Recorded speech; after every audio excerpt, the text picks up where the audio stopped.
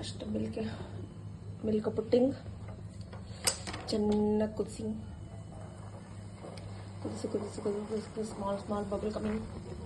After that we should cut the ginger, shunti, cutting, turn cutting,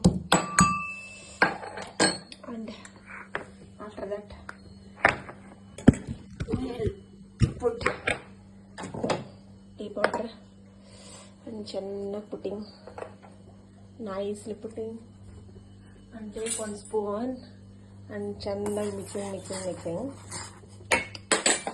Okay, after that what you put cutting no shunti you have to put like this. ಚಳಿಗಾಲಕ್ಕೆ ತಣ್ಣಗೆ and you have to put